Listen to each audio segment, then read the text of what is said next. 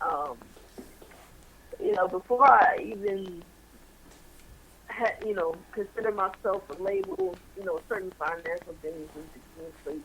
Because to really push an artist, you need to have the right advertising.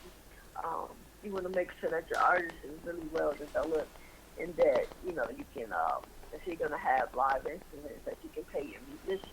And, I want to get paid, so I believe in paying my people. So before, I don't believe in putting the cart before the horse because you waste a lot of time. You might kill the horse. So right now, I have just been focusing mainly on consulting with artists. As far as businesses, I can start with businesses too. Oh, you do both? I do both. And I like to create, situations where a sponsorship can be made between the artist and the business so that both can get what they need. So if the niche market is there for the artist and for the business, then, it creates that synergy. And at the same time, I'm looking to put together production or projects, let me say, that are building us up as a people. Okay. Because as a people, we're in a dangerous space. We're in a very dangerous space. Right. It is. It's bad, man. It's real bad. I mean, it's a good time. It's a good time to be a black person, but it's also a crazy time to be a black person right now. Yeah, it is. What noise y'all talking? People saying they're hearing noises. I don't know what they're talking about here. I don't hear nothing. What y'all hearing? 'Cause I ain't hearing nothing. I'm sitting very still. All right. Continue. Yeah. So basically, this podcast is talking about healing the black family through creativity. So, it will deal with several different issues in terms of, the bottom line is this: if you look at music, and music is a reflection of its people. Music is energy. Music is sound, and sound is energy. And what we put out there affects us in any way, whether it's, what you say, what you post online, you can just say something and you can destroy someone, or you can say something and you can breathe life into a person. And that's major. There's some artists out there that really get that. You have Janelle Monáe. Yeah. You have Kysii Reid. You have a lot of artists, and I'm saying that are of, I can't even say because we're into that state now where we're in action. You know what I'm saying? We're our generation. If you were born in the 70s, even in the 60s, the 70s, even in the 80s, you're in a space now where you're probably at that high point in your life. Where what you're doing is, I'm not gonna say it's gonna be your zenith, but you have at least begun, the major part of your life on your life's work and who you're becoming. And I don't want to say it's all about time, but the thing about music is anytime you listen to music, you can tell where those people are. So if you look at our music as black people, you listen to music in the 60s. Yeah. You hear the strength, you hear the change that's coming. Right. You hear that rawness from having been suppressed for so long. Yeah. And you hear that, we're about to do this thing. It reflects Martin, Malcolm, all of that. Right. And then you get to, the 70s. 70s. And you're starting to see, you still have some good music in there, some real organic music in there. Mm-hmm. But you're starting to see, a lot of you're starting to see technology come in. You're starting to see drugs come into our community. Yep. You're starting to see, you know, a lot of the Vietnam War stuff going on. Yeah, all of that. You know, the mental state. Politics. And it's not just the black community. You know what I'm saying? Not just the black community, but that's what I'm looking at because that's what I grew up in, and that's what I know 100%. So when they say the word soul music, it actually really meant soul music. The music was from the soul. You know what I'm saying? It was what we did. Well, honestly, all of it is soul music. That's true. You know what I'm saying? Even the style sense, you know, you have these rappers who feel like you don't even have to. You can use one whole word to get out your whole rap song, and it can be a word that you're not even enunciating. I can't call that soul music. But that's a reflection of their soul. Oh, you saying it's a reflection of their soul. Whether their soul is shallow or not, it's still a reflection of their soul. Yeah, I mean, we can call it shallow. You know what I'm saying? But for them, that might be deep because that's what resonates with their generation. You know, it's not. You know what I'm saying? Like I use this analogy right here because I try not to be. I always say like not to be judgmental, but we need to use our better judgment. You know what I'm saying?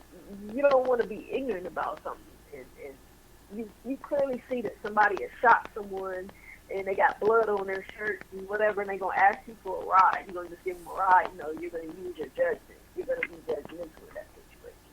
Right. But you use your better judgment. You know what I'm saying? It's not necessarily about being judgmental and putting yourself above somebody else. But this is what we have to see. It's like, okay, think about it. You take a duck and a fish. Two different beings. For a duck, being up in the sky is high. You know what I'm saying? It's elevated. That's high to them. For a fish, it's deep for them to be in the bottom of the ocean. You know what I'm saying? But if they were to be in opposite, you know what I'm saying, in one another's shoes, they wouldn't survive. So we had to think about that with other people. You know, what we went through isn't necessarily, you know what I'm saying, we're seeing it from our perspective. That's we true. Always have to keep that, you know, always have to keep that in mind. So with music, it's really important, you know, for people like, what's his name? Oh my God, rapper. He was actually, I think, like in the third generation of Dynasty. Okay. Third Future? Nah. Third generation of Dungeon Family? Yeah, third generation. Who brought him in? I think Big Roo brought him in. Not which doctor. Let me see. Big Roo brought him in. He was with, I think he was with Bernie Sanders. He was like, oh, Killer Mike. Yes, Killer Mike. That dude right there. I would love to work with Killer Mike, man. Man, Killer Mike is the man. I mean, an educated brother that can spit rhymes, you know what I'm saying? And, you know what I'm saying, he's passionate about what he do. You know what I'm saying? He can go with the best of them. You know, Killer Mike's just like David Banner, man. Them dudes, they deep, man. And ain't no shallow about them. And if you heard that new song they got out, the Kill Bill song. I think we lost we lost Rika. You there? I think your phone had dropped. My bad. It's cool. Bad. So that song, that Kill Bill song that Killer Mike did, it's Killer Mike, Jeezy, Big Boy, and I'm missing one other artist, but that song is fire. You know what I'm saying? But this guy, he's saying something. You know what I'm saying? He can actually flow with the staccato or the rhythm of what these young cats like to hear and what they listen to. You know what I'm saying? So they pretty much put that type of beat and that type of flow over top of it. You know what I'm saying? And it was still Killer Mike. And he was doing his thing. You know what I'm saying? And even I listened to it. So it was wonderful. It bridged the gap. You know what I'm saying? These guys bridged the gap. It's something that's going to be relevant and plays now, but it's still with that heat from back then, what we love. Exactly. And that's what I call success. Yeah, it's like, you know, we have to, you know, we really have to be conscious of it. It's like, you know, I have to ask myself, why am I doing music now? You know what I'm saying? It's not just about the money. For me, it's about reaching our youth and reaching my people, ignorant. We got some ignorant senior citizens. You know what I'm saying? Like, age does not make you immune to ignorance. Right. Age does not make you immune to ignorance. Shout out to the podcast, brothers. Flaw 700. Mm-hmm. Keep going. You know, man, music. You know, music is what touches us. You know, you can have something that's like, it's just saying pure nonsense, but you still bobbing your head to it. You still put it in the tape for it to sound. So we have to be really conscious about, you know, what we're putting out there. And I'm not saying that everything has to be, you know, all holy vow Jesus and, you know, whatever, whatnot. But it's just about, you know, not falling for the okie-doke, not giving up, you know, not giving up what, you know, not giving up our soul. You know what I'm saying? Right. Putting our music in our soul, but not giving it up. You know, a lot of times, you know, you look at some of the artists now that are up there. You know, you look at Kanye, it's like, what's going on? Right. Yeah. And you know what I'm saying, he's gone through different walks, you know what I'm saying? He's hit different areas of his life, different waves of his career, you know what I'm saying? I mean, and right now, I guess you could say he's at the climax, and I guess once you go up, you gotta come down, and maybe he's on the downside of falling off from that point. He's still a dope producer, but I'm just trying to figure out as an artist who's really checking for you. There's nothing the matter with coming down. You know what I'm saying? Right. What goes up must come down. What comes down must go up at some point. And that's, yeah, I mean, I'm not going to get on that, but, you know, that's just this life. You know what I'm saying? That's just this life that we're in right now. So, it's, you know, you look at Lauryn Hill. You know what I'm saying? Lauryn was like, just top of the world. Top of the world. That CD was hot. Was all the way through hot. One of the top CDs. If somebody mentions a top, you know, top all the way through CD, that was one that's mentioned. You know what I'm saying? Maybe more R&B on it than it is rapping, but it's all good. It still was hot. But nah, it was a good balance, and her rapping was not lacking at all. You know what I'm saying? Nope. And just like the young lady, the artist before, you know, it wasn't about being a female for her. It was just about being an artist. Right. And being an ill ass rapper.